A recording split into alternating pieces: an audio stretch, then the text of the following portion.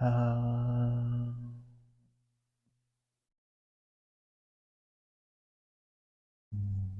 are you currently on the spiritual path?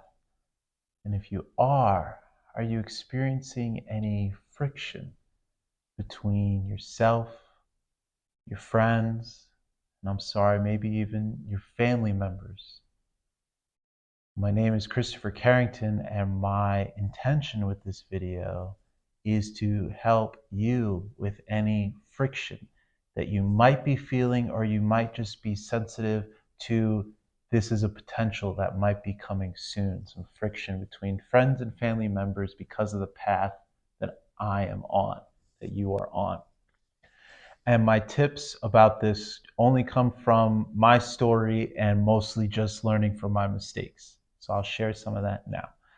So, along my path, while I started meditating and all these lovely things started happening, I wanted to talk to many people about what was happening, or some of the information that I was starting to gather. I wanted to tell people about that too. But what I realized is that many were not interested in what I was saying, and and sometimes it's just because they're not interested in that topic, and sometimes they don't want to change their spiritual views. They might have a specific opinion on, Jesus or Mother Mary, and they don't want to change that. So it can be a bit of a touchy subject. So I had to learn that. But what I learned through that is that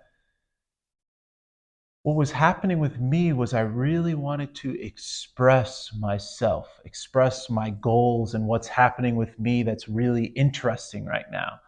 So I just realized that what if I just flip that and provide a space that allows them to express? If I'm realizing that this is such a lovely feeling that I'd love to happen, and I'm also realizing potentially some friction between us, what if I became that person for them? That person that allows them to express their goals, their dreams, and their aims.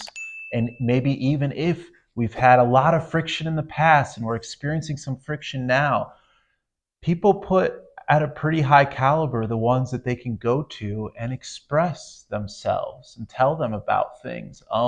And if we can prove a couple times in a row that we can be that person that will hold space and listen to their goals and their dreams and their aims, um, it can really turn that friction into a solid bond between us. And it may feel like we're putting our desires to express ourselves to the wayside, but there is great power in questions. Um, there is a word in asking, king, and there's a word in question, quest. When we ask a question, it might seem like, we're in the audience, they're on the stage, we're holding space for them, we're deeply listening to what they're saying, and it might feel like we don't have an opportunity to express. But as we learn how to really fine tune our questions, then we actually have a lot of opportunity to express and a lot of opportunity to direct what's happening, as if we are the king and the people are coming to us and we're the one asking questions. How's my kingdom doing? You don't ask the king any questions, the king asks you the questions. Ask king. But what really resonates with me is the quest in question, how we can just open the door up to different quests. Have you thought about this? Have you done any thinking about if this would be helpful? Very open-ended questions like that. Then, and it might be the thing that we're asking might be something that really resonates with us. So now we're having an opportunity to bring into the discussion something that we're really passionate about. Have you thought about this? Um, but now it's not like we just said it with a statement where they can just ignore it and just say, I don't want to think about that, but maybe with a very graceful and subtle question. Then we can actually have the same kind of conversation that we would love to have, just in more of like an Aikido kind of style, where we're seeing what they have and then we're just directing it in a very specific way. So questions And holding space and listening has been two things that's helped me on this path. Because if you can do that for people, they might turn that friction into, this is actually somebody that I rely on and I want to call on a weekly basis. But there's one thing, there's one caveat about the holding space and the listening. It can be very easy to get reactive in that state. And people can very easily say things that it's like, whoa, that doesn't resonate with me, with you. So, for example, I'll go to church every once in a while. And, when I go, they might talk about, with Jesus, like eating his flesh and drinking his blood and literally saying that. And that doesn't resonate with me as much. And if it does with you, no offense. I'm not trying to offend you, but it doesn't resonate with me as much. I love the Jesus teachings about sacrifice, for our brothers and our friends, that I can get down with, or even just love and forgiveness, what I think were really pillars of his teachings, and really aligning ourselves with divine will and figuring out how to go with that flow of nature. That resonates with me a lot. Sometimes people can say things and it can be very easy to get triggered when we're in this space of holding space and listening. So I love to think of the metaphor of eating grapes and spitting out the seeds.